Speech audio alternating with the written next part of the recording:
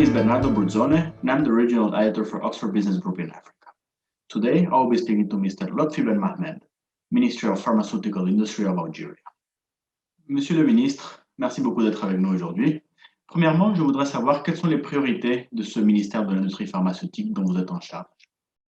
L'objectif, c'est que les produits pharmaceutiques ne soient pas simplement considérés comme un secteur musétivore, sur une dépense que l'on doit subir, un fardeau pour les systèmes de santé, mais au contraire, un secteur qui peut être un levier de croissance pour le pays, qui peut être créateur de richesse, non seulement en créant de la valeur ajoutée par la production et par une politique pharmaceutique affirmée, réelle, avec des objectifs clairs, avec un arsenal législatif et réglementaire cohérent, donc une politique à la fois cohérente réglementairement et économiquement, qui permettrait de créer tous les ingrédients existés en Algérie, de faire de l'industrie pharmaceutique, du secteur pharmaceutique, non seulement l'objectif, inhérent à ce secteur de répondre à la disponibilité, l'accessibilité et la qualité des produits pharmaceutiques, mais aussi d'être un levier de croissance pour le pays, un secteur créateur de richesse, de valeur ajoutée, de croissance économique et d'export pour le pays. C'est un choix, ce n'est pas un modèle original, hein, c'est un modèle qui existe déjà par le monde. Ça a été le choix de la Corée du Sud il y a une quinzaine d'années, qui a eu des résultats spectaculaires. Dans les systèmes anglo-saxons, on voit bien aussi que très souvent, le secteur pharmaceutique et les soins, dans leur système de santé, sont séparés, hein, et il y a une approche qui est totalement différente, une approche qui est plus intégrée. Si bien que dans notre organisation, lorsque la pharmacie, enfin le secteur pharmaceutique était géré par la santé, il était géré par une direction. Aujourd'hui, c'est un ministère plein, avec 6 directions techniques, 2 directeurs administratifs. On parle non seulement de régulation, comme on le faisait avant, mais aussi de veille stratégique et de pharmacoéconomie, de développement industriel, d'essais cliniques et d'export, de numérisation, etc. Donc, un plan d'action avait été proposé de la mise en place de ce ministère en juillet, qui a été adopté par le Conseil des ministres. Puis, il y a eu un amendement de la loi sanitaire qui transférait les prérogatives du ministère de la Santé au ministère de l'Industrie pharmaceutique sur tout ce qui concerne le produit pharmaceutique, à tous les niveaux. Nous nous occupons du produit, le ministère de la Santé s'occupe des soins. Donc, tout ce qui a trait aux malades, à la carte sanitaire, les pharmacies d'officine, la pharmacie hospitalière, les laboratoires d'analyse, les exercices dépendent du ministère de la Santé. Par contre, le circuit du médicament, son enregistrement, son expertise, sa qualité, les essais cliniques, sa production, sa distribution, son importation, dépendent exclusivement du ministère de l'Industrie pharmaceutique, auquel on a ajouté, au-delà des prérogatives du ministère de la Santé, certaines prérogatives qui relevaient du ministère de l'Industrie et du Commerce sur la politique des prix, sur la politique industrielle, la stratégie industrielle pharmaceutique. Voilà, donc l'objectif, c'est de créer un secteur créateur de richesse et c'est surtout de définir une politique pharmaceutique qui soit à la fois cohérente réglementairement et économiquement. Quel rôle envisagez-vous pour les investisseurs étrangers dans le développement de ce secteur pharmaceutique en Algérie? Alors, nous étions dans un système qui, effectivement, avait promu en partie la production depuis quelques années, avec quelque part la protection de la production nationale, parce que tous les produits qui étaient fabriqués localement et qui étaient disponibles n'étaient pas toujours importés. Donc, ça permettait déjà aux investisseurs étrangers d'assurer des parts de marché conséquentes lorsqu'ils produisaient localement. Mais au-delà de cela, aujourd'hui, notre objectif, c'est de créer une industrie qui, comme je le disais précédemment, qui crée de la valeur ajoutée. Il ne s'agit pas simplement de monter, de faire de l'immobilier industriel. À un moment donné, on multipliait les unités industrielles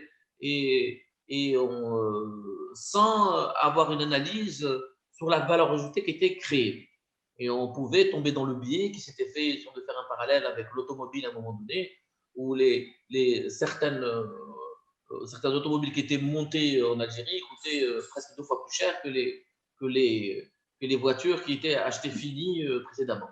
Donc aujourd'hui, nous, notre souci, c'était justement, le souci de notre gouvernement, c'est que pour toutes les industries, l'industrie corresponde à la création réellement de valeur ajoutée, que ce ne soit pas simplement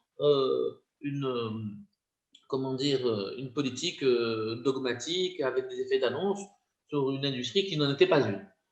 Quelque chose qui apporte de la valeur ajoutée. Donc nous, très rapidement, dans l'arsenal réglementaire que nous avons mis en place, nous avons mis en place un certain nombre de… Il faut savoir que l'arsenal réglementaire qui encadrait le secteur pharmaceutique en Algérie était obsolète, hein, parce qu'il existait depuis la loi 85 et avec des décrets qui organisaient le secteur depuis 32 ans. Hein, c'était depuis 98, 92 ou 38 ans même.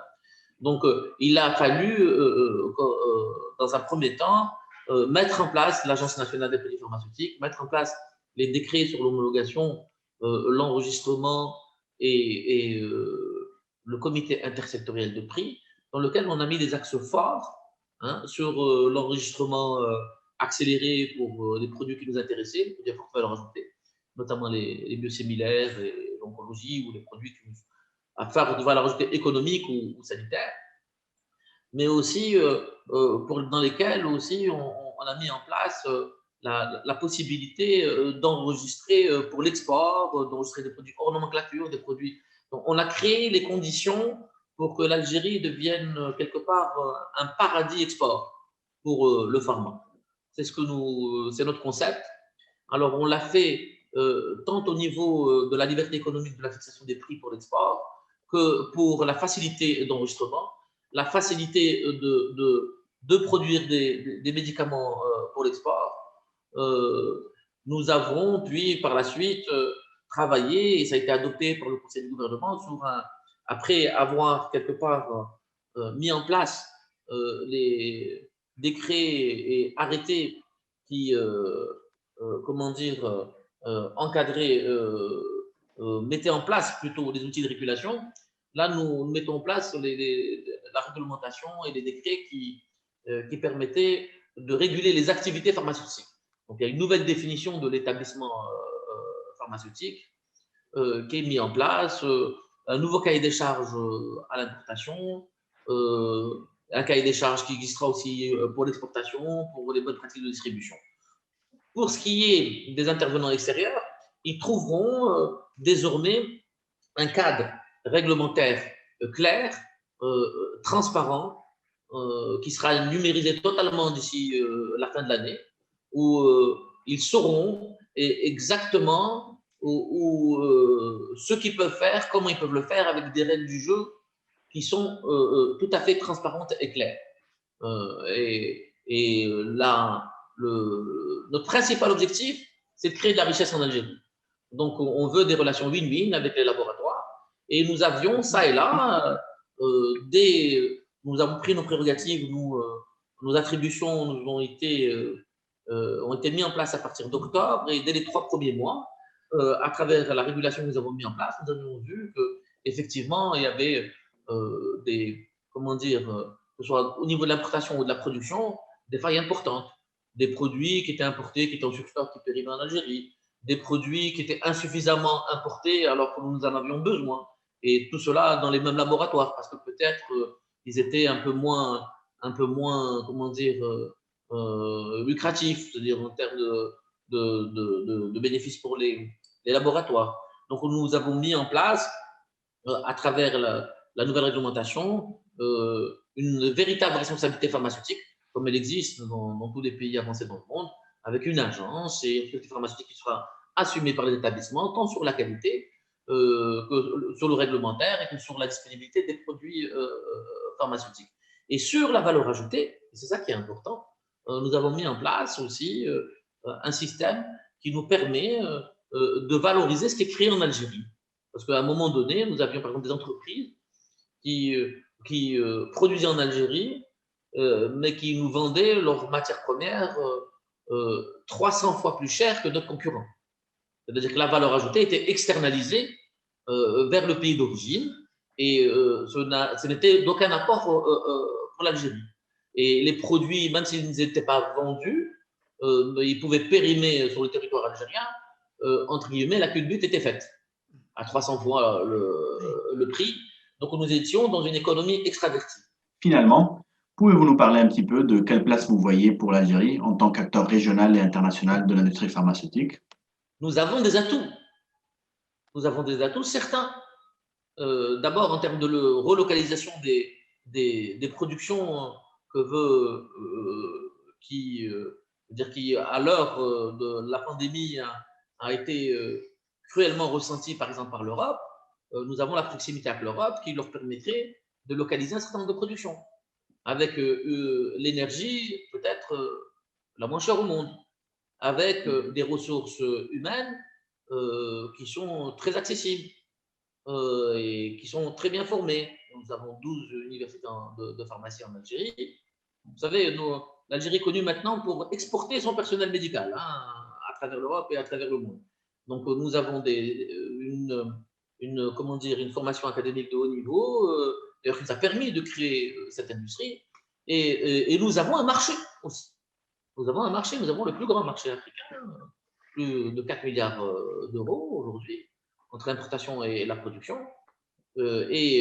Donc, entre ce marché, la mise en place de plateformes, justement, qui permettent même la notion de fabrication. Vous savez, la notion de fabrication, avant, c'était celle de créer une unité de production. Non, demain, ça peut être de la recherche et développement, ça peut être la création de matières premières, ça peut être du licensing avec des opérateurs locaux qui font du façonnage. On est ouvert sur tout. On n'est plus sur des positions, un laboratoire pharmaceutique, et on le voit bien, même pour la vaccination dans le monde, c'est souvent une start-up ou une moins laboratoire plus ancien qui comment dire, sous-traite le façonnage de ces produits à d'autres entreprises qui maîtrisent l'outil industriel. Donc, pour ce qui est de la matière première, aussi, je veux dire, c'est une bonne et une mauvaise question. C'est-à-dire que le degré d'intégration que nous avons mis en place au niveau du calcul des prix. Vous savez que la porte d'entrée d'un pays, c'est l'enregistrement. Et nous, pour l'enregistrement, nous ne calculons plus pour la production locale le prix sortie usine. Donc, on calcule le prix sortie usine, mais on ne reste pas sur le prix, on voit ce qu'on appelle le taux d'intégration. Le taux d'intégration, c'est le prix de revient, on enlève les intrants importés, on divise par le prix de revient, on multiplie par 100, et vous avez le taux d'intégration d'un produit. C'est une politique gouvernementale qui est déjà aussi utilisée par le ministère de l'Industrie. À l'industrie pharmaceutique, nous avons repris cette formule-là, et nous y ajoutons le taux d'exportation. C'est-à-dire qu'au fur et à mesure de la validité des décisions d'enregistrement, elles seront renouvelées en fonction du taux d'intégration. Et donc, nos producteurs locaux auront tendance à développer de plus en plus, nous créons quelque part un mouvement, une forme de cycle qui les conduiront à augmenter au fur et à mesure leur taux d'intégration. Alors, pour certains produits classiques, on va démarrer de très haut, on va démarrer déjà de 70-80% et on stagnera. Pour certains produits que nous ne maîtrisons pas, on commencera peut-être il y a un minimum de 30%. Après, ça augmentera au fur et à mesure. Mais ce taux d'intégration a été intégré dans la réglementation, je veux dire, pour fixer les prix dans le comité intersectoriel, interministériel que nous avons mis en place. Nous avons justement aujourd'hui comme attribution de mettre en place la politique des prix et la politique économique justement dévolue à notre secteur. Donc, le taux d'intégration est complètement intégré. Après, sur les matières premières, il y a un intérêt de produire certaines matières et un intérêt moindre à en produire d'autres. Ça dépend du cours de la matière première, ça dépend même des intrants. Et il peut se trouver que certains intrants, je vais vous donner, je ne sais pas, il y a beaucoup d'intrants qui peuvent être fabriqués localement parce que nous avons les ressources par exemple, minières, le bicarbonate, ou d'autres, ou certains minerais qui existeraient, qui pourraient être transformés, ou la matière première existe en Algérie. Pour d'autres, peut-être pas, je ne sais pas.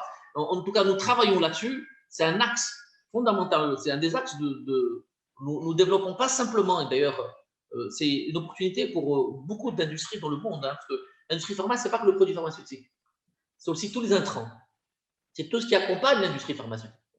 Et là-dessus, bien sûr, nous l'intégrons nous dans notre sphère de compétences et nous sommes en train de créer toute une industrie pour faire des intrants, pour faire je sais pas, les flacons stériles qui servent pour les injectables.